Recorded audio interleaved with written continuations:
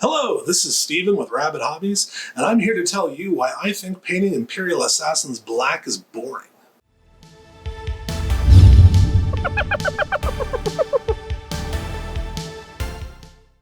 The operatives of the Officio Assassinorum are awesome.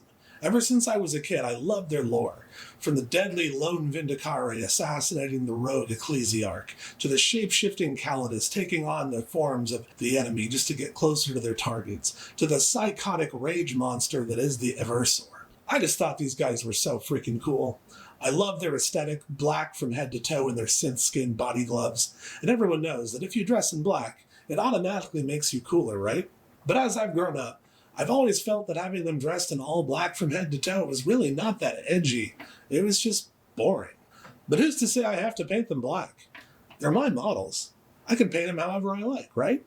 All right, our Callidus Assassin is here, primer is dry, and she's ready to paint. Now, for me personally, the base coating is the least fun part of the process, so I like to use my airbrush for this.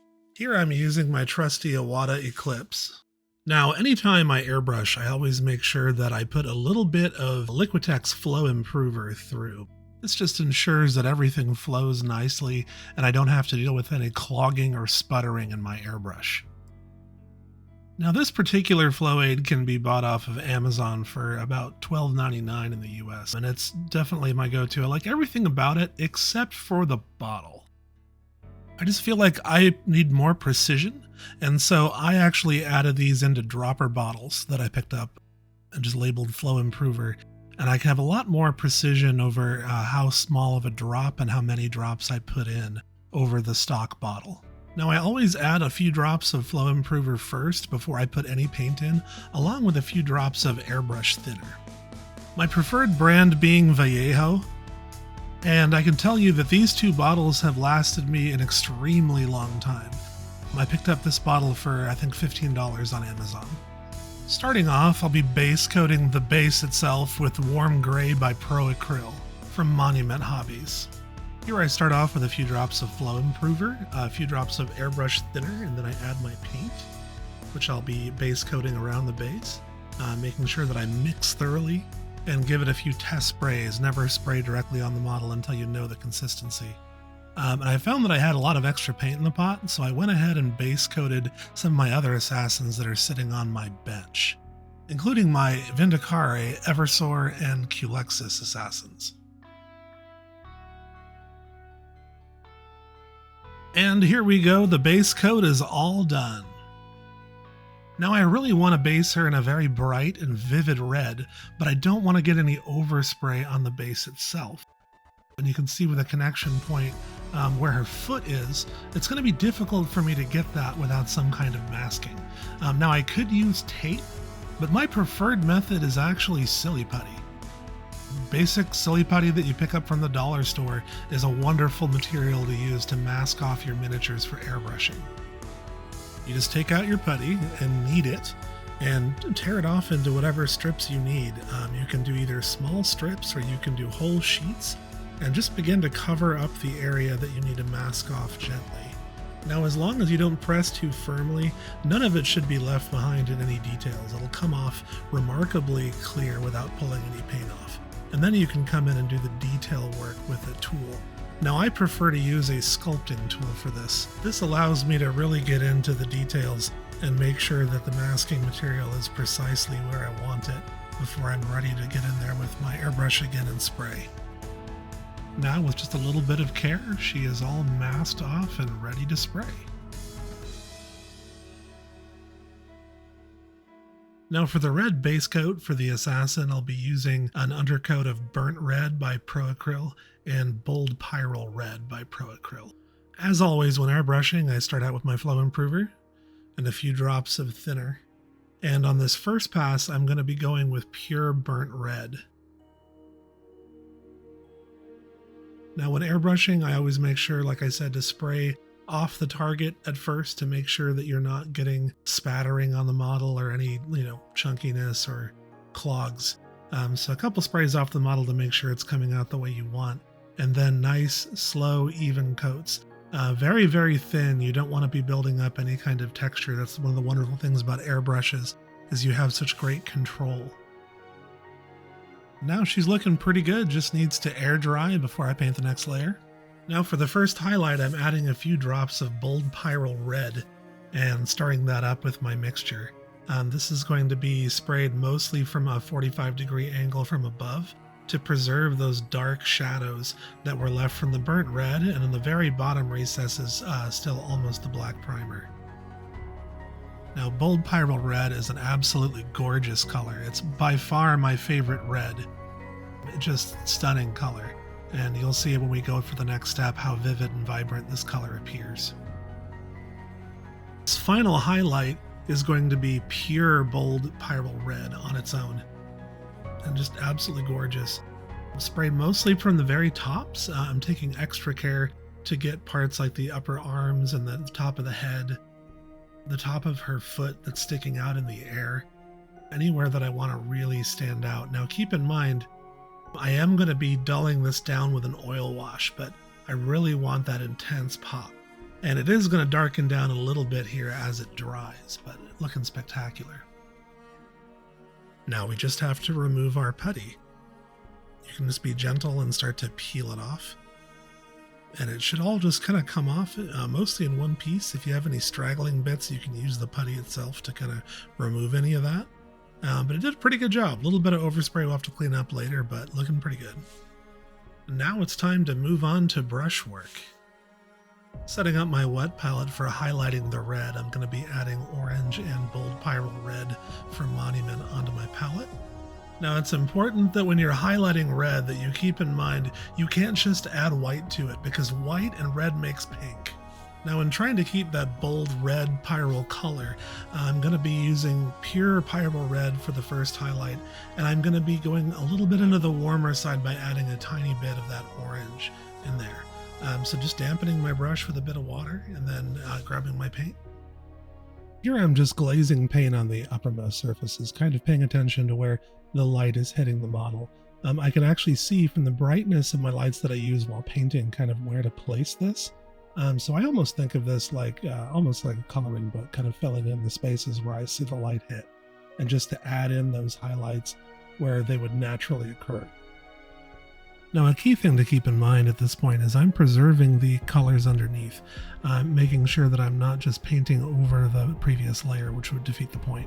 That's a mistake that I used to make. Often I would layer and layer and layer, but you have to continuously reduce the size of your highlights to make sure that you get a proper gradient. Colors sometimes to work with because it can be tempting to over highlight. I like to do a lot of extreme highlighting, but with red you can wash out the miniature, so with this I'm going to call it good. So my next step was to base coat all of her war gear, her Catan phase sword and her neural shredder, along with her backpack and any other relevant details I want to put in gray. So here I'm setting up my palette to get ready to blend.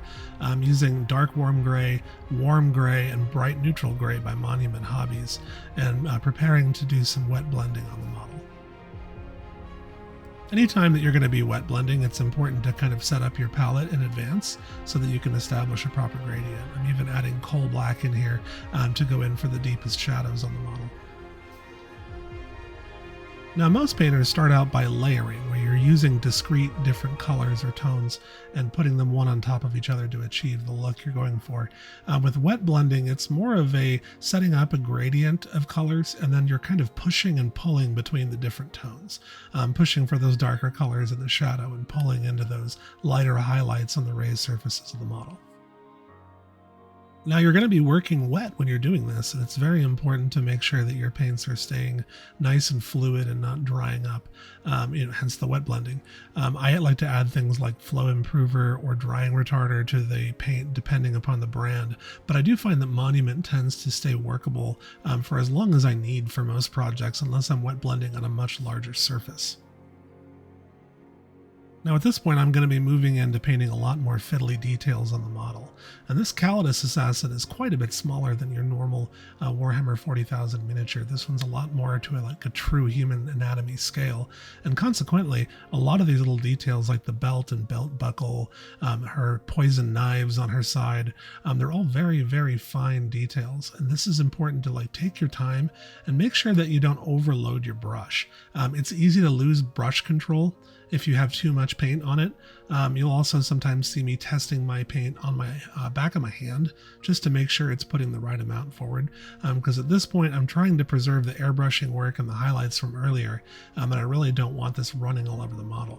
This is also an area where contrast paint and speed paint can actually be a detriment, especially for new painters, because they tend to have a lower surface tension and tend to run into the recesses, kind of as what they're designed to do on the bottle. But for things like these belts here, I actually really want a little bit more of a viscous paint so that I have a lot of control over it, and I try to keep it from running everywhere. It's important when painting tiny details like this to really just take your time and be zen about it. Put on a podcast or something in the background. Really, mistakes at this point can be kind of detrimental and slow you down. And just take your time and make sure you get the result you're looking for. Here I continue to move through lighter and lighter progressive colors until I get to my near final highlight color. And in this case, I don't really use the pure bright neutral gray. Instead, I incorporate it into the other colors. In the same way as I almost never use a pure white when highlighting. Another thing that I like to keep in mind as well is that my paint is going to look different when it's dry than when it's wet. Oftentimes I'll apply a highlight and feel like I went too far, but oftentimes once it dries it's much more muted than I expected.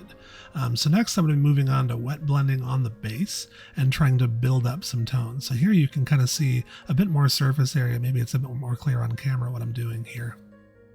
I'm basically building up the highlight color first and kind of pushing that down on the model. And then I'm going back in with the darker colors and I'm kind of pulling the shadows back in.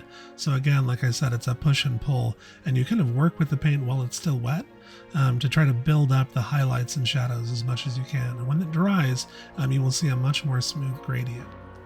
Another important thing to consider when miniature painting is that we can't rely on natural lighting to provide the shadows that we need. They just don't look correct in scale. So it's important that we actually draw in the shadows ourselves. The same reason why I did the zenithal of the brighter bold pyro red over the darker color to preserve those shadows. I'm actually going in here and I'm wet blending and adding in shadows that do not exist on the model because it looks more visually pleasing and more true in scale with our eyes with the drawn in shadows added in. I just take your time and just keep pushing and pulling until you're very happy with the gradient you're able to achieve.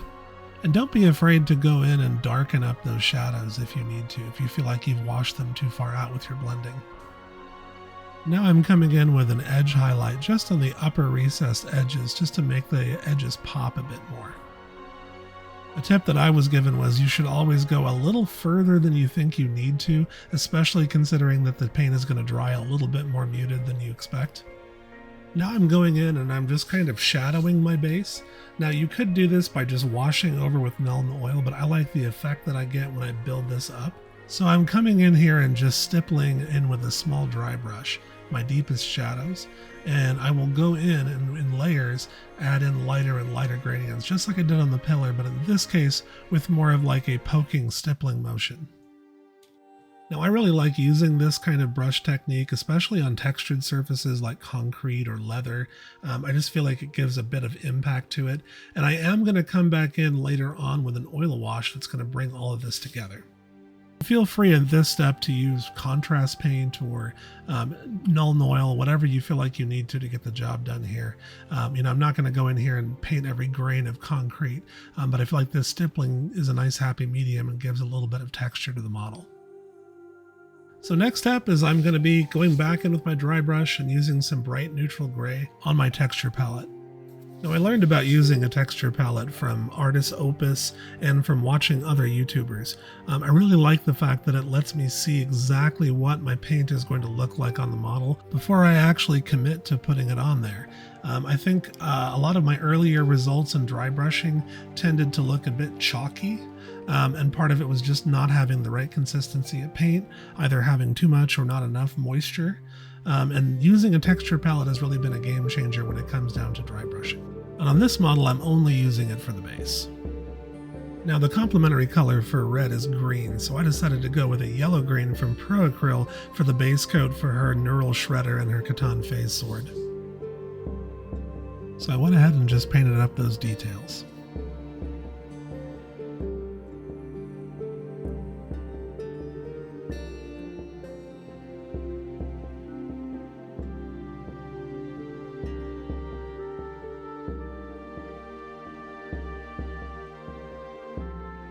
Base coat is done, and now moving on to a first highlight. I'm adding in some bright neutral green. I really like this color. It's nice and bright and vibrant, but it also covers really well. It's not a fluorescent paint.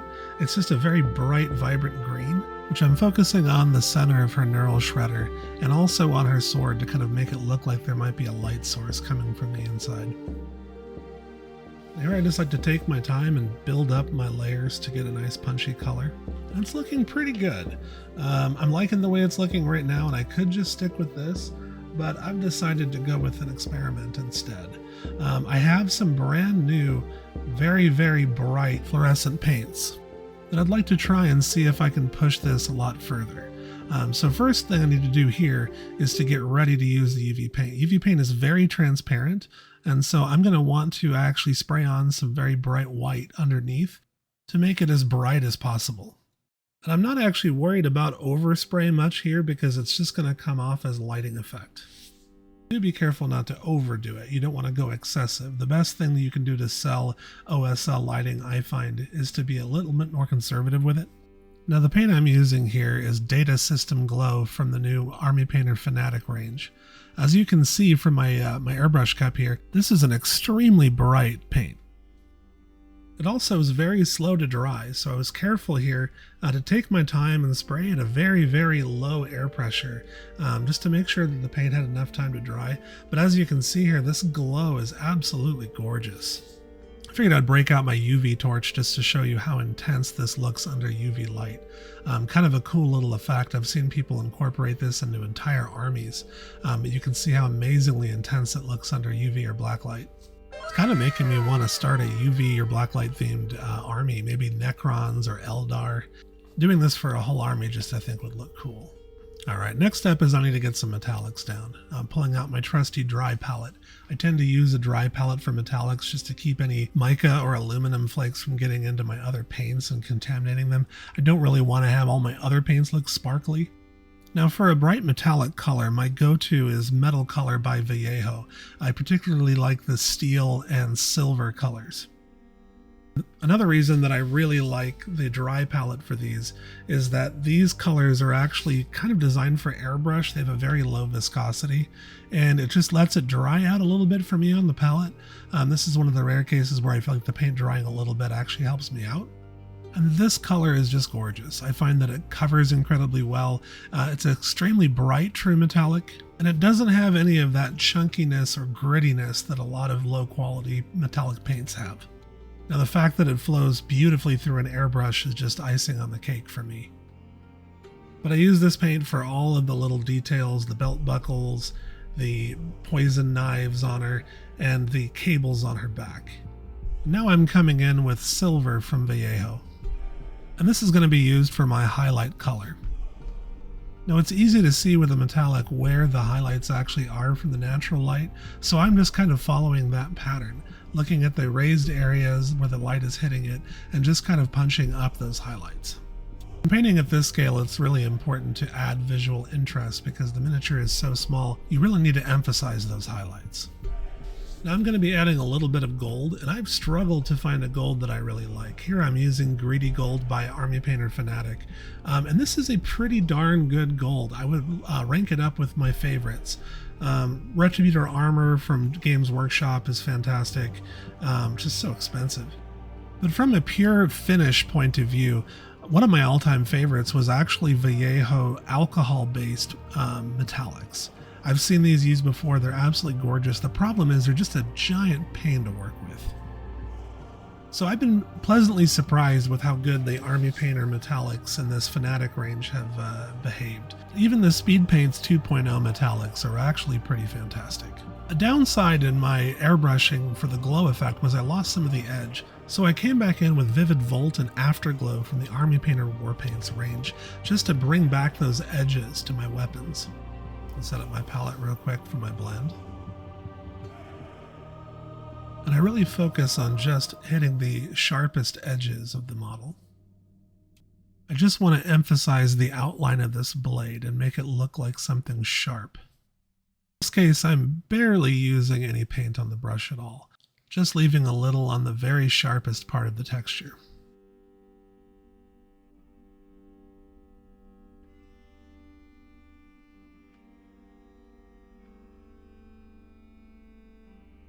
I also add a little bit of highlight onto the upper raised areas of the Neuroshredder. And wanting to take the highlight just a little bit further, I'm adding a little bit of matte white from Army Painter Fanatic. Not using it straight, but mixing it together just to get a very, very bright but still color tone, which will help to sell the glow effect even further.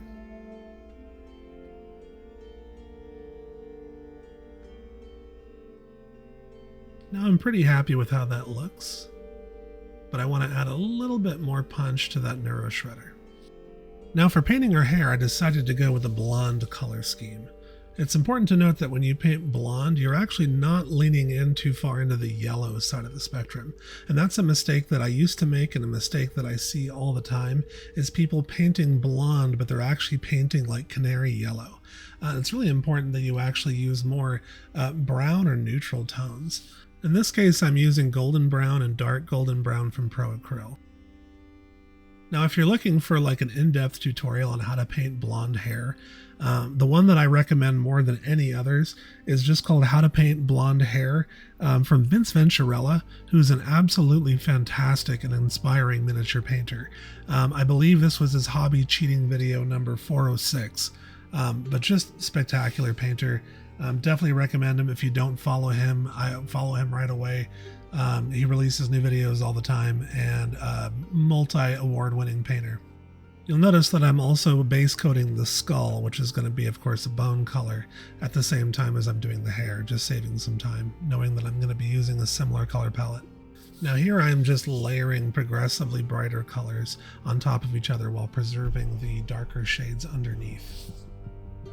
Just a very traditional layering technique here, being precise to trace my brush along the texture of the model.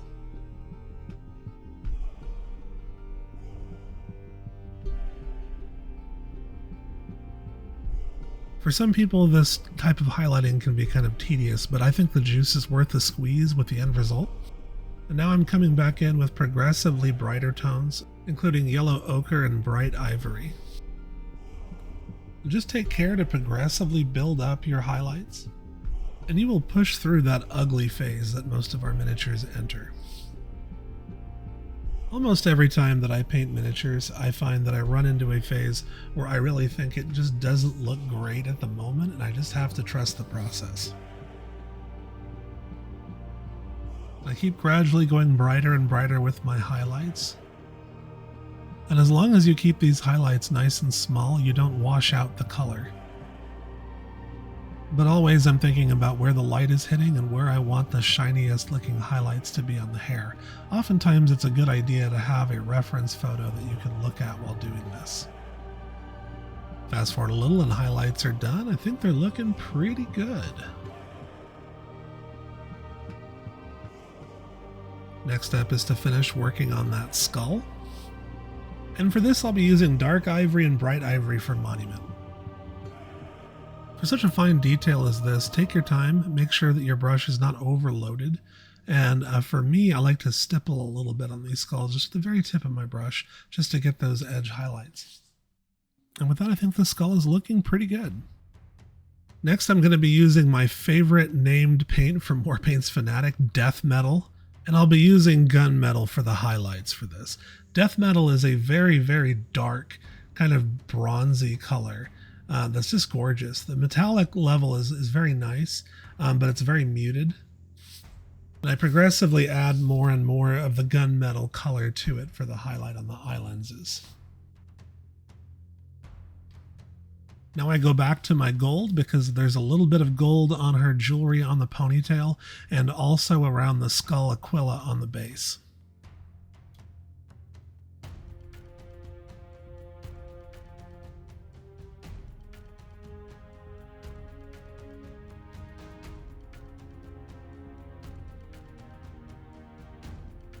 Just a tiny little detail, but I'm going back to the well on my palette to get the button for the backpack. Just a quick little highlight will make the button look like it's glowing.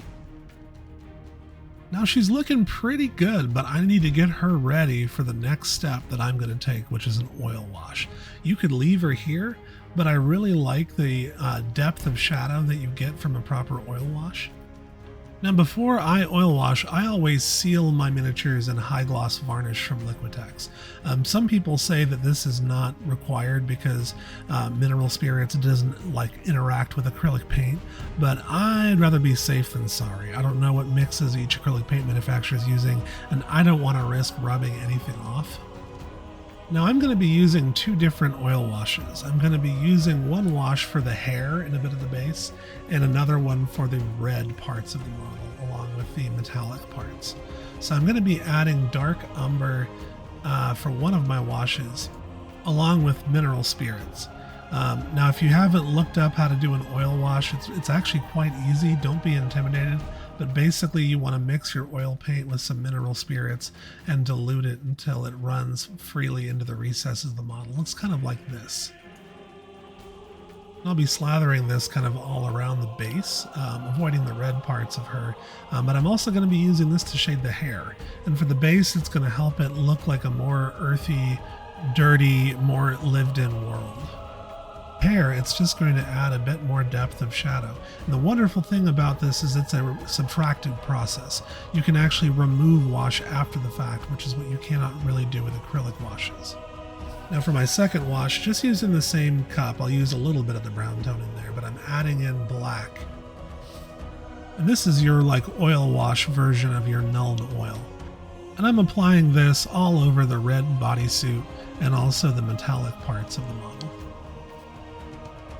Now it's really important with an oil wash that you give it plenty of time to dry. The great part about it is you have lots and lots of uptime before this wash cures.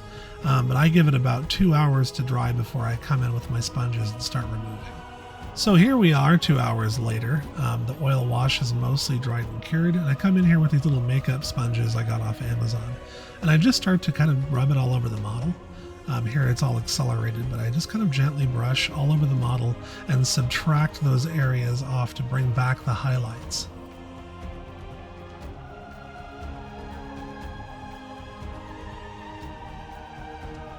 Now we're looking pretty good here. The majority of the highlights have been cleaned up. I still have some places that I want to get a bit more off, which is where I go back to the well of the mineral spirits. And I'm just going to add a drop onto my makeup sponge, which is just going to give it a bit more power to clear off some of those upper levels. So now I'm focusing more on just the top, almost like I'm highlighting with a makeup sponge and pulling off any remaining grime that's on those top layers. Now, one of my last steps in here is I'm going to come back in with some Liquitex matte varnish and just kind of seal in my work. You want to make sure that all of the oil wash is cured, otherwise you can get some strange looking effects. And you can also brush this on, but I prefer to spray. You go very, very gentle and easy with this, just a little blast at a time, and I find it really does a fantastic job of turning everything really matte on the model. And if you have areas that you want to be shiny, you can come back in later on after that's dry and you can just drop a little bit of gloss on there. And that'll brighten it back up and keep it shiny in those spots that you want to look that way. So the last thing we have to do before this miniature is ready is we got to paint that base rim. Now, it might seem kind of silly to you, but for me, this is like one of my favorite things to do on a model, just because it signifies completion. I've gotten this done, all my hard work is paying off. So if you made it this far in the video, thank you very much for watching. Like and subscribe, and leave me a comment. Let me know what you'd like me to cover next.